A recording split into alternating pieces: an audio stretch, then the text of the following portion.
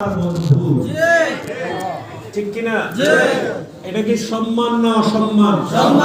আল্লাহ যে তাদেরকে বান্দা না বলে বন্ধু বলছেন, এটা কি সম্মান করেছেন না অসম্মান? বলেন সম্মান না অসম্মান? সম্মান, ঠিক কিনা? তাহলে সম্মান আমরা পাইলাম। পাইলাম। কে প্রকাশ করে? আল্লাহ। কে করে? আল্লাহ। ঠিক কিনা?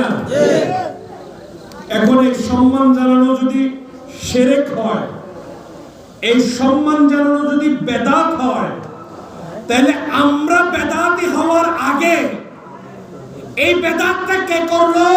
আল্লাহ। বলেন কে করলো? আল্লাহ। আল্লাহ বেদাত করতে পারে না, আল্লাহ গুনাহ করতে পারে না, আল্লাহ নাজায়েজ কিছু করতে পারে না।